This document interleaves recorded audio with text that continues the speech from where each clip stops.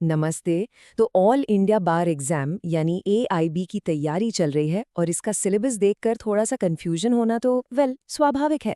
लेकिन घबराने की कोई बात नहीं है, क्योंकि आज हम इस पूरे सिलेबस को डीकोड करेंगे और इसे क्रैक करने के लिए एक सॉलिड स्ट्रैटेजी बनाएंगे।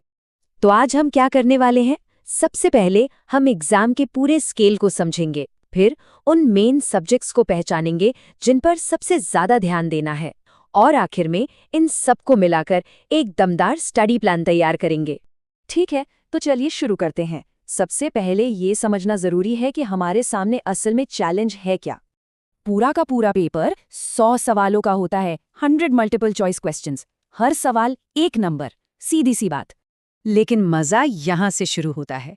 ये 100 सवाल आते हैं पूरे 19 अलग अलग सब्जेक्ट से। जी हाँ, 19। सुनने में ये थोड़ा ज्यादा लग सकता है ना? पर यही तो हमारी स्ट्रेटेजी काम आएगी। तो अब आते हैं सबसे जरूरी हिस्से पर। वो कौन से सब्जेक्ट्स हैं जो इस एग्जाम की जान है, इसकी नींव है। देखिए, एक बात तो साफ है, सारे 19 सब्जेक्ट्स बराबर नहीं हैं। कुछ का वेटेज बहुत ज्यादा है, जैसे कि कॉन्स्टिट्यूशनल लॉ, सीआरपीसी और सीपीसी। जरा सोचिए, सिर्फ ये 3 सब्जेक्ट्स मिलकर ही 30 सवाल बना देते हैं, पूरे पेपर का 30%। तो ये है वो 7 बड़े खिलाड़ी, हमारे core pillars. Constitutional law, CPC और सीआरपीसी, इन तीनों से 10-10 सवाल पक्के। और फिर IPC, evidence act, family law और कॉन्ट्रैक्ट लॉ वाला ग्रुप, इन सब से 8-8 सवाल। मतलब अगर इन 7 सब्जेक्ट्स को साध लिया तो समझ लीजिए आधी जंग तो जीत ली।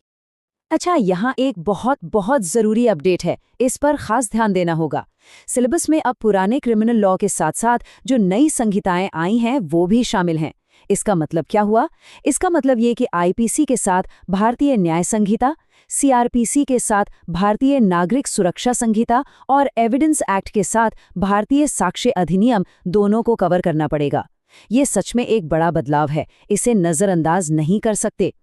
चलिए, हमारे कोर पिलर्स तो हो गए। अब बात करते हैं उन सब्जेक्ट्स की जो स्कोर को और ऊपर ले जाने में मदद करेंगे। ये हमारे सपोर्टिंग सब्जेक्ट्स हैं। इस ग्रुप में हमारे पास 6 सब्जेक्ट्स हैं। सबसे पहले लॉ ऑफ टॉर्ट और उससे जुड़े एक्ट्स, यहाँ से आते हैं 5 सवाल। और फिर एडीआर, जनहित याचिका, प्रोफेशनल एथिक्स, लेबर लॉ और टैक्सेशन लॉ, इन सब से 4-4 सवाल। ये वो सब्जेक्ट्स हैं जो एक सॉलिड, सेफ स्कोर बनाने में मदद करते हैं।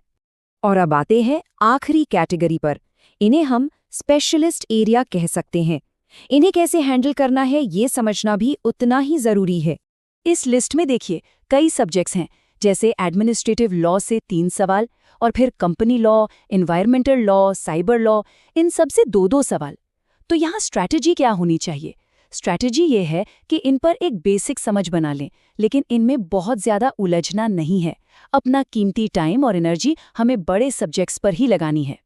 तो अब तक हमने पूरे सिलेबस को अच्छी तरह से समझ लिया है ना? अब इन सब टुकड़ों को जोड़कर एक कामयाब स्टडी प्लान बनाते हैं। ये देखिए, ये चार्ट पूरी कहानी साफ कर देता है।